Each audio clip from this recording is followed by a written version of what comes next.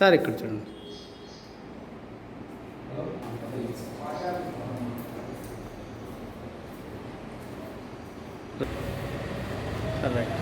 అస్సలాము అలైకుం, అందరికీ నమస్కారాలు. ఈ రోజున మా జిల్లా అధ్యక్షులు గౌరవనీయులు వెంకట శివుడు గారు కలసడం జరిగింది.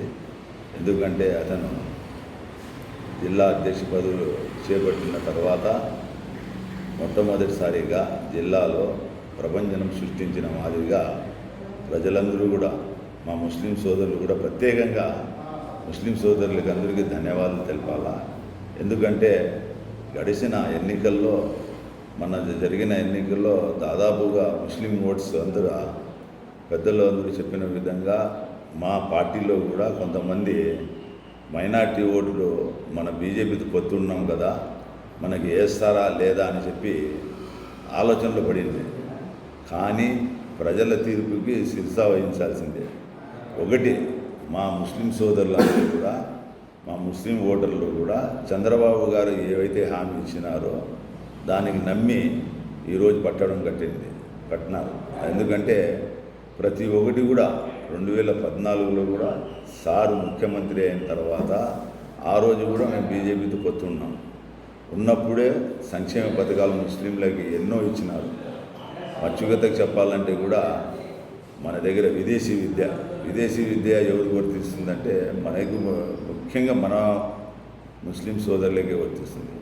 ఎందుకంటే దాదాపుగా ఒక కుటుంబ భారంలో ఒక పిల్లవాడిని చదివించుకునేదానికే కష్టపడాల్సిన పని వచ్చేటప్పుడు మంచి మేధావులను చూసి విదేశాలకు పంపించి దాదాపు 18 లక్షల రూపాయలు ఒక విద్యార్థి మీద ఖర్చు పెట్టి విదేశాలకు పంపించిన ఘనత కూడా చంద్రబాబు గారు.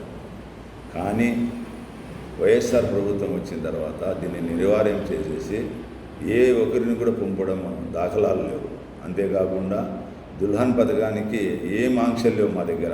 అప్పుడులో మా ప్రభుత్వంలో చంద్రబాబు గారు ఉన్నప్పుడు ఎవరైనా కానీ ముస్లిం పెళ్లి కుమార్తె పెళ్లి పత్రిక ప్రింట్ అయితే అది తీసుకొని పోయి ఒబ్బోడు కానీ వెల్ఫేర్లో ఇచ్చినా కూడా వెంటనే 50,000 రూపాయలు శాంక్షన్ చేసి ఆ రోజు పెళ్లి కూతుర్లకు ఇస్తాను. ఆ రోజు మా సారు ఆంక్షలు ఏం పెట్టలే. జగన్ ప్రభుత్వం వచ్చిన తర్వాత 10వ తరగతి చదివిన వాళ్ళకి పెళ్లి పత్రిక దుల్హన్ పథకం ఇస్తామన్నారు. మన దాంట్లో చదివేదే కష్టం. అటువంటిప్పుడు చదివలేదు కాబట్టి వాళ్ళు ఇచ్చిన పాపాన పోలే. అది కాకుండా మన పెళ్లి కూతురు మన పాప అనంతపురం ఆయమ్మకి వేరే రాష్ట్రానికి కానీ, బళ్ళారికి కానీ, చిత్తూరుకి కానీ, లేకుంటే పక్క నుండి తమిళనాడుకి ఇచ్చినా కూడా అది వర్తించదు. కానీ మా సారు ముఖ్యమంత్రి నారా చంద్రబాబు హయాంలో ప్రతి ఒక్క చోటికి ఎక్కడన్నా ఇండి పెళ్లి కూతురు అంటేనే డబ్బులు ఇస్తాంట. ఇంకోటి మౌజన్లు ఇమాములకి జీతాలు ఇచ్చినది కూడా తెలుగుదేశం ప్రభుత్వమే, ముఖండంగా చెప్తాను. చంద్రబాబు గారి హయాంలో దాదాపుగా మసీదుల నిర్మాణాలు కూడా చేపట్టినాడు.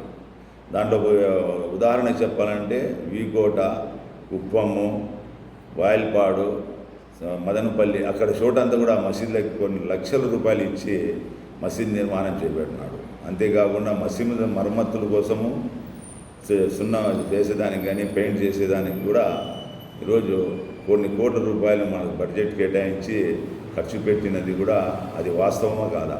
కానీ ఇప్పుడుండే జగన్ ప్రభుత్వం పోయింది. ఇది జగన్ ప్రభుత్వంలో ఏదైనా ఒక మసీదుకి ఒక బ్రష్ చేసినారా, లేదంటే ఒక ఇమాంకి ఒక జీతం ఇచ్చినారా, లేదంటే ఒక 2-2 పెళ్లి కూతుర్లకైనా డబ్బులు ఇచ్చినారా? ఊరికి బటన్ నొక్కి ఈరోజు ప్రజలు ఏం చేసినారు, అతన్ని మనసులో పెట్టుకొని బటన్ నొక్కినారు. ఇంకోటి, ముస్లింలు ఓట్లు ఎందుకు వేస్తారు నీకు, ఎందుకు వేయాల వాళ్ళు అడిగిన దానికి? ఎందుకంటే నంద్యాలలో సలాము ఫ్యామిలీ ఆత్మహత్య చేసుకున్న దానికి వేయాలా, లేకుంటే పుంగనూరులో నిజ్బా అనే విద్యార్థిని ఆత్మహత్య చేసుకున్న దానికి వేయాలా జగన్కి, లేకుంటే గుంటూరు పల్నాడు దగ్గర మసీదులో స్థలం ఆకుపెంచి వైసీపీ వాళ్ళ కార్యకర్తలు ఒక నమాజ్ పోయించిన మనిషిని కిరాతంగా హత్య చేసిన దానికి వేస్తారా ఓట్లు? అంతేకాకుండా ఈరోజు మీరు గమనించాలా, ఉర్దూ అకాడమీ చైర్మన్ ఉండి కూడా అనంతపురం టౌన్లో గుంటగల్లో దాదాపు కోట్ల రూపాయలు వెచ్చించి మన తెలుగుదేశం హయాంలో చంద్రబాబు గారు మహిళా హాస్టల్స్ కానీ, యూనివర్సిటీకి స్థాపించేదానికి కానీ, బాలుర హాస్టళ్ళు కానీ ఇవన్నీ నిర్మించి ఉన్నారు. దాదాపు పూర్తి అయినాయన్నీ. దాన్ని కూడా జగన్ ప్రభుత్వం కక్ష సాధింపుగా చేసి ఓపెనింగ్ చేసుకున్న పాపానా పోలేదు. ఎందుకంటే ఆ రోజు గంప గుర్తు ఎత్తుకుని పోయి జగన్కి వేసి ఒక ఛాన్స్ అని మా ముస్లిం సోదరులందరూ గెలిపించినారు. ఆ రోజు వారికి కూడా దేవుడు బుద్ధి ఇచ్చినారు. దీన్ని ప్రజల్లోకి తీసుకొని పోయే దాంట్లో సఫలీకృతమైనాము. అందులో భాగంగానే ఈరోజు ముస్లిం సోదరులు కానీ ఓటర్లు కానీ ప్రతి ఒక్కరు మా పార్టీకి పట్టం కట్టినారు. అందుకోసం మేము వెంకటశివుడు గారికి అధ్యక్షుడు గారిని ధన్యవాదాలు తెలుపుతాను. దానికి మేము రావడం జరిగింది. ఎందుకంటే కొంత మంది వాస్తా ఏమంటారు అటువంటి అడుగులు వేసిన దానికి మంచి శుభసూచన జరిగింది. మా జిల్లాలో ప్రతి ఒక్క ఎమ్మెల్యేలు గెలిచినారు. మా పార్లమెంట్ సెగ్మెంట్లో అయితే 7 నియోజకవర్గాలు గెలిచినాము, ఒక ఎంపీ గెలిచినాము. అట్లాగనే ఉమ్మడి జిల్లాలో ఉండే హిందూపురంలో కూడా 7 ఎమ్మెల్యేలు గెలిచినారు, ఒక పార్లమెంట్ గెలిచినాము. ఎందుకంటే గడిచిన 94లో ఈ వాతావరణం ఉండే అప్పుడు బీజేపీతో ఉన్నాము. 13 ఎమ్మెల్యేలు గెలిచినాము, అప్పుడు 2 ఎంపీలు గెలిచినాం. ఇప్పుడు కూడా ఈ 14 ఎమ్మెల్యేలు 2 ఎంపీలు రికార్డు చేసేసినారు శివుడు గారు. అందుకోసం మేము ధన్యవాదాలు తెలుపుకునే దానికి వచ్చినాము. ఏమైనా సమస్యలు మా ఉన్నా కూడా మా జిల్లా అధ్యక్షుని దృష్టికి తీసుకొని పోతాము.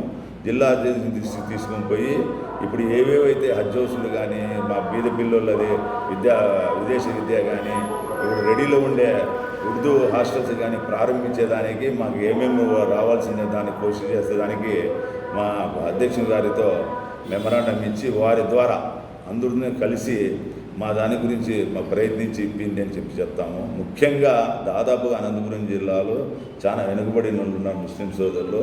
ప్రతి ఒక్క ముస్లిం